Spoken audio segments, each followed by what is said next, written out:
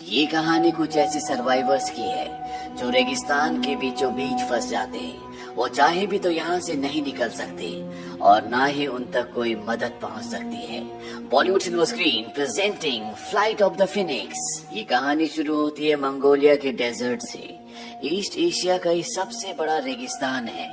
यहाँ पर एक कंपनी आई होती है जो यहाँ पर तेल निकालना चाहती थी, लेकिन उनकी इन्फॉर्मेशन गलत होती है। यहाँ पर कोई तेल नहीं होता और अब ये सब के सब वापस जा रहे हैं। इन सब को वापस ले जाने के लिए यहाँ पर एक प्लेन भेजा गया है जिसके पायलट का नाम फ्रैंक होता है। उनके साथ उनका को पायलट भी होता है। ये दोनों के दोनों यहाँ पर जितना भी सामान है और जितने भी एम्प्लॉयज हैं उन सब को लेकर यहाँ से बीजिंग जाएंगे। ये सब के सब प्लेन में बैठ जाते हैं और बीजिंग के लिए निकल पड़ते हैं और तभी इस विशाल रेगिस्तान में तूफान आना शुरू हो जाता है। फ्रैंक का जो को पायलट होता है वो बोलता है हमें क्या करना चाहिए। फ्रैंक कहता है कि अगर हम वापस गए तो हमें फ्यूल के लिए इंतजार करना पड़ेगा, क्योंकि दोबारा उड़ान भरने के लिए हमारे पास फ्यूल नहीं है और इसमें कितना वक्त लगेगा मुझे नहीं पता, इसीलिए हमें आगे बढ़ना होगा। और फ्रैंक अपने प्लेन को और भी ऊपर ले जाता है ताकि वो इस रेत के तूफान से ऊपर से निकल पाए, लेकिन यहाँ पर इनका प्लेन ओवरलोडेड होता है और ये तूफान में फंस जाते हैं। साथ ही रेडियो से मदद के लिए संपर्क करने की भी कोशिश करते हैं, लेकिन इनका संपर्क नहीं हो पाता और तभी रेत की वजह से इनका एक इंजन खराब हो जाता है। फ्रैंक कहता है कि मुझे इमरजेंसी लैंडिंग करनी होगी और वो इमरजेंसी लैंडिंग करने के लिए प्लेन को नीचे उतारना शुरू करता है, लेकिन ये लैंडिंग इतनी आसान नहीं है क्योंकि उसे आगे कुछ भी नहीं दिख रहा होता। और जैसे प्लेन और नीचे उतरता है तो इनके प्लेन का पिछला हिस्सा एक चट्टान से टकराता है, जिस वजह से पीछे का दरवाजा खुल जाता है। इनमें से एक पैसेंजर उड़ जाता है और उसकी मृत्यु हो जाती है और अब इनका प्लेन रेगिस्तान में घिसटता हुआ बहुत आगे तक जाता है। और जब प्लेन रुकता है तो ये देखते हैं कि प्लेन में 2 पैसेंजर्स और मर चुके होते हैं, लेकिन अभी भी ये बाहर नहीं जा सकते क्योंकि बाहर तूफान चल रहा है। और जब तूफान थमता है तो ये दिखाया जाता है कि इनका पूरा प्लेन रेत के अंदर दफन हो चुका है। लेकिन कुछ ही घंटों बाद रेत वहाँ से उड़कर हट जाती है और इनका प्लेन एक बार फिर से विजिबल हो जाता है। ये सब के सब बाहर आते हैं और अपने खाने की सप्लाई चेक करते हैं और इन्हें पता चलता है कि इनके पास 1 महीने की खाने और पानी की सप्लाई है। इन्हीं में से एक आदमी होता है, वो कहता है मैं चलकर यहाँ से बाहर निकल जाऊंगा। दरअसल इन्हें यहाँ से बाहर निकलने के लिए 200 मील का सफर तय करना होगा।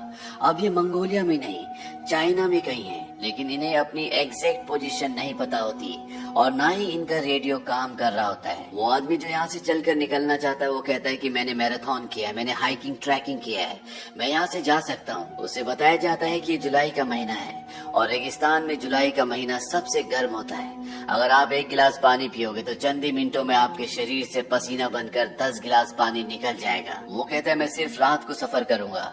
उसे बताया जाता है कि लेकिन तुम्हें रास्ता पता नहीं चलेगा क्योंकि यहाँ पर जो पहाड़ियां हैं वो मैग्नेटिक हैं और तुम्हारा कंपास कभी भी काम नहीं करेगा, इसीलिए तुम गोल गोल घूमकर बार बार एक ही जगह पर आ जाओगे।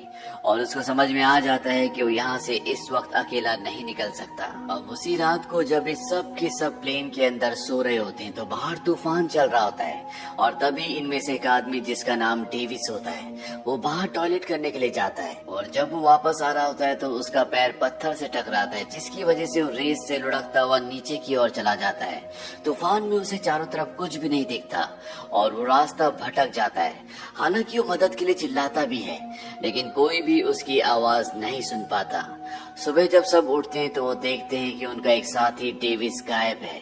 उसे चारों तरफ ढूंढने की कोशिश करते हैं, लेकिन उसका कुछ भी पता नहीं चलता क्योंकि वो रेत में दफन हो चुका होता है। और इस बात से सब परेशान होते हैं, इसीलिए इनमें जो लेडी होती है वो पायलट फ्रैंक के पास जाती है और वो फ्रैंक से पूछती है कि कोई हमें यहाँ पर बचाने के लिए आएगा, इसके कितने % चांसेस है। फ्रैंक कहता है कि 5%, लेकिन हम यहाँ से निकल नहीं सकते क्योंकि हम रेगिस्तान के बीचों बीच है। हमारे पास पानी और खाना बहुत कम है और इतने कम खाने और पानी के साथ अगर हमने चलना शुरू किया तो ये सब का सब 2 दिन में खत्म हो जाएगा और हम में से कोई भी नहीं बचेगा। हालांकि इस बात के चांसेस बहुत कम है कि कोई हमें यहाँ पर ढूंढने के लिए आएगा, लेकिन मैं ऑप्टिमिस्टिक हूँ, इसीलिए मैं यहाँ पर इंतजार करना प्रेफर करूंगा। वहीं बाहर जो लोग होते हैं धीरे धीरे उनकी उम्मीदें टूटना शुरू हो जाती है कि कोई उन्हें यहाँ पर लेने के लिए आएगा, इसीलिए इनमें से 2 लोग यहाँ से जाने का फैसला करते हैं और साथ ही वो अपने कुछ पानी भी ले जा रहे होते हैं। तभी फ्रैंक उन्हें कहता है कि यहाँ से पानी कोई नहीं ले जाएगा और पानी की वजह से इनके बीच में हाथापाई होना शुरू हो जाती है, जिस वजह से पानी गिर जाता है। यहाँ पर एक आदमी होता है जिसका नाम एलिट होता है। वो इनके पास आता है। वो कहता है कि मेरे पास एक आइडिया है जिससे हम सब की जान बच सकती है। मैं कई दिनों से इस प्लेन को ऑब्जर्व कर रहा हूँ और हम इस प्लेन को रिबिल्ड करके एक दूसरा प्लेन बना सकते हैं। फ्रैंक उससे पूछता है कि तुम प्लेन के बारे में क्या जानते हो। एलिट कहता है कि मैं प्लेन डिजाइन किया करता था। दरअसल एलिट के बारे में कोई भी ज्यादा नहीं जानता क्योंकि वो उस कंपनी के साथ काम नहीं करता था जो मंगोलिया में तेल निकाल रही थी। वो एक दिन वहाँ पर आया और उसके बाद से पिछले 2 सालों से वो उन्हीं के साथ था। यहाँ पर एलिट के बारे में जानने के बाद सब शॉक्ड होते हैं, लेकिन साथ ही साथ अब उनके अंदर एक उम्मीद भी है और वो सब तैयार हो जाते हैं कि वो इस प्लेन को रिबिल्ड करेंगे। लेकिन फ्रैंक उनकी बातों से सहमत नहीं होता। वो कहता है ऐसा नहीं हो सकता और वो इसके लिए साफ साफ मना कर देता है। और अगली सुबह इन्हीं में से एक और जिसका नाम जेम्स होता है वो यहाँ से निकल जाता है। यहाँ पर जो लेडी होती है उसे ढूंढने के लिए जा रही होती है। फ्रैंक उसे रोकता है। वो कहता है कि मैं जाऊंगा और फ्रैंक उसे ढूंढने के लिए निकल पड़ता है। वो उन पहाड़ियों तक पहुंच जाता है जहाँ पर इनकी प्लेन का पिछला हिस्सा टकराया था और प्लेन से एक आदमी गिर गया था। उस आदमी की डेड बॉडी वहाँ पर अभी भी होती है पर उसके शरीर पर उसके कपड़े नहीं होते और वहाँ पर कुछ गोलियों के कवर भी होते हैं। ये देखकर फ्रैंक पूरी तरह से हैरान होता है और तभी वहाँ पर जेम्स आता है। जेम्स कहता है कि हमसे पहले भी यहाँ पर कोई आ चुका है। मैं यहाँ पर अपनी घड़ी लेने के लिए आया था जो मैं इस आदमी से पोकर में हार गया था, पर अब इसके हाथ में वो घड़ी नहीं है। इसीलिए समझ जाते हैं कि यहाँ पर रेगिस्तान के स्मगलर्स आए थे जो इनके साथी के हाथ से घड़ी ले गए। साथ ही साथ यहाँ पर गोलियों के कवर्स भी होते हैं क्योंकि उन लुटेरों ने इनके साथी के शरीर पर गोलियां चलाकर अपनी निशानेबाजी की प्रैक्टिस की होती है। फ्रैंक जेम्स से वापस चलने के लिए कहता है लेकिन जेम्स मना कर देता है। वो कहता है कि तुम दोबारा प्लेन क्यों नहीं बनाना चाहते। फ्रैंक कहता है क्योंकि मैं उन्हें झूठी उम्मीद नहीं देना चाहता, ऐसा कुछ नहीं होने वाला। जेम्स कहता है कि इस दुनिया में हर एक इंसान प्यार चाहता है और अगर हम किसी को प्यार नहीं दे सकते तो हमें उसे उम्मीद देनी चाहिए और अगर हम उसे उम्मीद भी नहीं दे सकते तो उसे वो करने देना चाहिए जो करना चाहता है। जेम्स की बातें सुनने के बाद फ्रैंक इन लोगों का प्लेन बनाने में साथ देने के लिए राजी हो जाता है, बावजूद इसके कि उसे पूरा यकीन है कि प्लेन नहीं बन सकता। ये दोनों के दोनों उस जगह पर आ जाते हैं जहाँ पर इनके बाकी के साथी हैं और अब ये सब मिलकर प्लेन बनाना शुरू करते हैं। ये दिन में काम नहीं करते क्योंकि यहाँ पर बहुत गर्मी होती है, इसीलिए पूरी रात काम करते हैं। पर इनकी परेशानियां तब बढ़ जाती है जब एक रात को इनका वो फ्यूल जो इन्होंने आग जलाने और जनरेटर चलाने के लिए रखा होता है, वेल्डिंग करते हुए उस पर चिंगारियां गिर जाती है और एक बहुत बड़ा ब्लास्ट होता है। हालांकि इस ब्लास्ट में किसी की जान नहीं जाती, लेकिन इनका सारा का सारा फ्यूल बर्बाद हो जाता है। अब इनके पास उतना ही पेट्रोल यानी कि उतना ही फ्यूल बचा है जिस पेट्रोल से यहाँ से निकल सकते हैं, ये उसे इस्तेमाल नहीं कर सकते। इसीलिए इन्हें अब रात को नहीं बल्कि दिन में काम करना होगा और दिन में यहाँ पर बहुत ज्यादा गर्मी होती है, लेकिन ये हिम्मत नहीं हारते। ये दिन में काम करना शुरू कर देते हैं और अब जो इन्होंने प्लेन को रिबिल्ड किया है उसमें इन्हें एक विंग को जोड़ना है और इनके पास एक ही मौका है। अगर ये विंग नीचे गिर गया तो ये कभी भी ऊपर नहीं आ सकता क्योंकि इनके पास इतने भारी सामान को उठाने के लिए कोई भी क्रेन नहीं है और ये उसे धीरे धीरे ऊपर से छोड़ना शुरू करते हैं। लेकिन तभी वो जंजीर टूट जाती है जिससे इन्होंने उस विंग को होल्ड किया होता है। वो विंग बहुत तेजी के साथ नीचे की तरफ खिसक जाता है और वो सीधा प्लेन से टकराता है। इस बात से सब हताश हो जाते हैं। प्लेन के अंदर पहले से इनका एक साथी होता है जिसे उस विंग को एक बोल्ट से जोड़ना है और तभी वो बाहर आता है। वो कहता है कि मैंने कर दिया। दरअसल जंजीर टूटने के बाद विंग जब फिसल कर नीचे प्लेन की तरफ गया था तो वो एग्जैक्ट उसी पोजीशन पर गया था जहां पर उसे जाना था और इस विंग के जुड़ने के बाद इनके प्लेन का पूरा ढांचा तैयार हो चुका है और सबको अब उम्मीद है कि ये यहाँ से फ्लाई करके निकल जाएंगे। इसीलिए नाचना शुरू कर देते हैं, एंजॉय करना शुरू कर देते हैं। साथ ही साथ ये रेत भी हटा रहे होते हैं ताकि एक ट्रैक तैयार कर सके और यहाँ से उड़ सके। लेकिन ये सब इतना आसान नहीं है।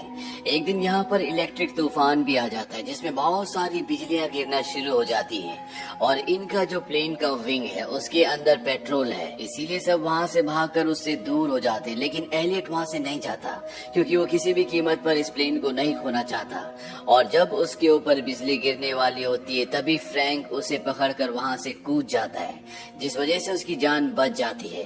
क्योंकि अगर एलियट को कुछ हो गया तो इनमें से कोई भी नहीं है जो इस प्लेन को पूरा कर सके। ये इस प्लेन का नाम फिनिक्स रखते हैं। फिनिक्स दरअसल इजिप्शियन माइथोलॉजी के हिसाब से रेगिस्तान का एक ऐसा पक्षी है जिसे बहुत ही शक्तिशाली माना जाता है। लेकिन इन्हें अभी भी फिनिक्स पर यानी कि अपने प्लेन पर बहुत काम करना है। धीरे धीरे इनका पानी भी खत्म हो रहा है और एक रात को ये रेत की चट्टान से देखते हैं कि इनसे काफी दूर कुछ लोग हैं जो टेंट लगाकर वहाँ पर सो रहे हैं। दरअसल ये सब स्मगलर्स होते हैं, हथियारों के सप्लायर होते हैं जो ऐसे बेहद रेगिस्तान के रास्तों से हथियारों की सप्लाई एक देश से दूसरे देश में करते हैं। फ्रैंक कहता है कि हमें उनसे पानी की मदद मांगनी चाहिए। हालांकि एलियट मना करता है, लेकिन फ्रैंक और उसके कुछ साथी वहां पर उन लोगों से पानी की मदद मांगने के लिए जाते हैं। फ्रैंक और उसका साथी पत्थर के पीछे छुप जाते हैं ताकि अगर कोई भी खतरा हो तो वो पीछे से हमला कर दे। इनके पास गन भी होती है और जब वो उन स्मगलर से पानी की मदद मांगते तो उनमें से एक आदमी इन्हीं के एक आदमी पर गोली चला देता है। फ्रैंक और उसका जो साथी होता है वो पीछे से इन पर गोलियां चलाते हैं और इनके आदमियों को मार देते हैं। लेकिन एक स्मगलर वहां से भागने में कामयाब हो जाता है। हालांकि फ्रैंक के पास मौका था उसे पीछे से गोली मारने का, लेकिन वो गोली नहीं चलाता क्योंकि वो हत्यारा नहीं है। यहाँ पर जेम्स इन मरे हुए स्मगलर्स में से एक स्मगलर के हाथ में अपनी वही घड़ी देखता है जो उसके उस दोस्त के पास थी जिसकी प्लेन से गिरकर मृत्यु हो गई थी। यानी कि वही स्मगलर्स हैं जो पहले भी यहाँ पर आ चुके हैं और इन्हीं स्मगलर्स ने इनके मरे हुए साथी के ऊपर गोलियां चलाई थी।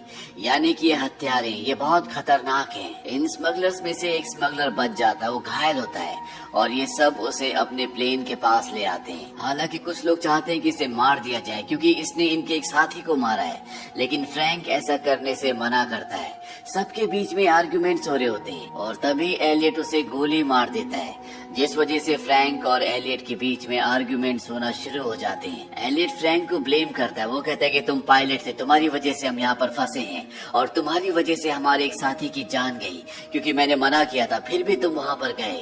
और इस बात से फ्रैंक को गुस्सा आता है, वो एलियट को एक पंच मारता है और अब एलियट इन सब से नाराज हो जाता है, उसकी ईगो हर्ट हो जाती है। वो कहता है कि अब मैं प्लेन नहीं बनाऊंगा, मुझे जितना काम करना था मैंने कर लिया, मैं यहाँ पर 10 लोगों के बराबर काम करता हूँ और तुम सब आराम करते हो। कैली यहाँ पर उसके पास आती है और वो उसे कहती है कि तुम्हारे बिना हम इस प्लेन को नहीं बना सकते, हमें तुम्हारी जरूरत है। वो कहता है कि अगर सब मुझसे रिक्वेस्ट करेंगे तभी मैं इस प्लेन को बनाऊंगा और सबको उससे रिक्वेस्ट करनी पड़ती है, यहाँ तक कि फ्रैंक को भी। फ्रैंक कहता है कि तुम यहाँ के बॉस हो, प्लीज इस काम को खत्म करो। एलियट मान जाता है और एक बार फिर से सब के सब प्लेन के काम को खत्म करने में जुट जाते हैं। एक दिन ये दूरबीन से देखते हैं कि जो स्मगलर यहाँ से भाग गया था वो अब अपने साथियों के साथ यहाँ पर पहुँच चुका है, पर वो लोग आगे नहीं बढ़ रहे होते क्योंकि वो जानते हैं कि इनके पास हथियार हैं। दरअसल स्मगलर्स के जो हथियार थे अब वो इन्हीं के पास हैं, लेकिन स्मगलर्स को ये पता है कि इनका पीने का पानी और खाना बहुत जल्दी खत्म हो जाएगा और जब ये पूरी तरह से कमजोर हो जाएंगे तब वो इन पर हमला करेंगे। वहीं ये अब और भी जोरों शोरों से अपना काम करना शुरू कर देते हैं और इनका काम खत्म हो जाता है। और तभी फ्रैंक को एक मैगजीन मिलती है, इसमें कई सारे प्लेन्स के मॉडल होते हैं और इन्हीं मॉडल्स को देखकर एलियट ने इस प्लेन का मॉडल बनाया होता है। और यहाँ पर सबको ये पता चलता है कि एलियट जो प्लेन्स बनाता था दरअसल वो बच्चों के प्लेन थे, वो छोटे छोटे मॉडल्स बनाया करता था। हालांकि वो उड़ने वाले हुआ करते थे, लेकिन आज तक कभी भी उसने एक बड़ा प्लेन नहीं बनाया। इस बात से सबको गुस्सा आ जाता है, खास तौर पर इयान को, और वो एलियट के सिर पर गन तान देता है। वो कहता है कि इतने हफ्तों से तुम हमें बेवकूफ बना रहे हो, ये प्लेन कभी नहीं उड़ने वाला क्योंकि तुमने आज से पहले कभी भी उड़ने वाला इतना बड़ा प्लेन नहीं बनाया। लेकिन एलियट को पूरा विश्वास है, वो कहता है कि ये प्लेन उड़ेगा। हालांकि हम छोटे प्लेन्स बनाया करते थे लेकिन वो रिमोट कंट्रोल वाले हुआ करते थे, उनमें बैलेंस की ज्यादा जरूरत होती है। फ्रैंक इयान को रोक देता है और तभी यहाँ पर तूफान आना शुरू हो जाता है और जब हवाएं तेज होती है तो जो प्लेन इन्होंने इतने हफ्ते की मेहनत से बनाया होता है वो हवा में अपने आप ही हल्का हल्का उठना शुरू हो जाता है। और ये देखकर सब समझ जाते हैं कि ये प्लेन उड़ेगा। उनके दिल में जो उम्मीद खत्म हो चुकी थी एक बार फिर से जाग उठती है। लेकिन ये रेगिस्तान का तूफान होता है जिस वजह से प्लेन पूरी तरह से रेत में ढक जाता है। तूफान खत्म होने के बाद सब के सब हताश होते हैं क्योंकि इन्हें अभी भी यकीन नहीं है कि ये प्लेन इन सब को लेकर यहाँ से उड़ सकता है। लेकिन फ्रैंक कहता है कि हम सब ने इसे मेहनत से बनाया है और इसे हम उड़ाकर यहाँ से ले जाएंगे। ये सब के सब प्लेन को रेत से निकालते हैं और खींचते हुए उस जगह तक ले जाते हैं जहाँ पर रेत नहीं होती और प्लेन को स्टार्ट करते हैं। प्लेन स्टार्ट होता है लेकिन अगले पल वो बंद हो जाता है। ये कई बार ट्राई करते हैं और फाइनली इनका प्लेन स्टार्ट हो जाता है। प्लेन की इंजन की आवाज सुनकर जो स्मगलर्स होते हैं वो इनकी तरफ बढ़ना शुरू कर देते हैं। वो घोड़ों पर अपनी गन्स लेकर इन्हें मारने के लिए इनकी तरफ आ रहे हैं। ये सब के सब प्लेन के ऊपर चढ़ जाते हैं और विंग्स के साथ लटक जाते हैं। दरअसल इनके प्लेन का डिजाइन ऐसा होता है कि उसके अंदर बैठने के लिए किसी के लिए कोई जगह नहीं होती। इन्होंने एक बहुत बड़े हवाई जहाज से एक छोटा सा प्लेन बनाया है और अब इनका प्लेन रनवे पर आगे बढ़ना शुरू होता है। पीछे से वो स्मगलर्स लगातार इन पर गोलियां चला रहे होते हैं लेकिन इनमें से किसी को भी गोली नहीं लगती और तभी इनका रनवे खत्म हो जाता है और इनका प्लेन एक गहरी खाई में गिर जाता है। स्मगलर्स को लगता है कि ये सब मारे गए लेकिन अगले पल इनका फिनिक्स उसी खाई से ऊपर उड़ता है और वो आसमान में उड़ना शुरू कर देता है। ये सब के सब इससे बहुत खुश हो जाते हैं क्योंकि इतने हफ्तों से जो इन्होंने मेहनत की थी वो मेहनत इनकी कामयाब हो चुकी है और इस तरह से सब मौत को मात देकर इस रेगिस्तान से जहाँ से निकलना नामुमकिन है यहाँ से निकल जाते हैं। और अंत में हमें इन सब की फोटोज दिखाई जाती है। ये सब के सब अपने परिवार के साथ अपने काम में खुश हैं। फ्रैंक और उसका को पायलट अपनी खुद की एयरलाइंस खोल लेते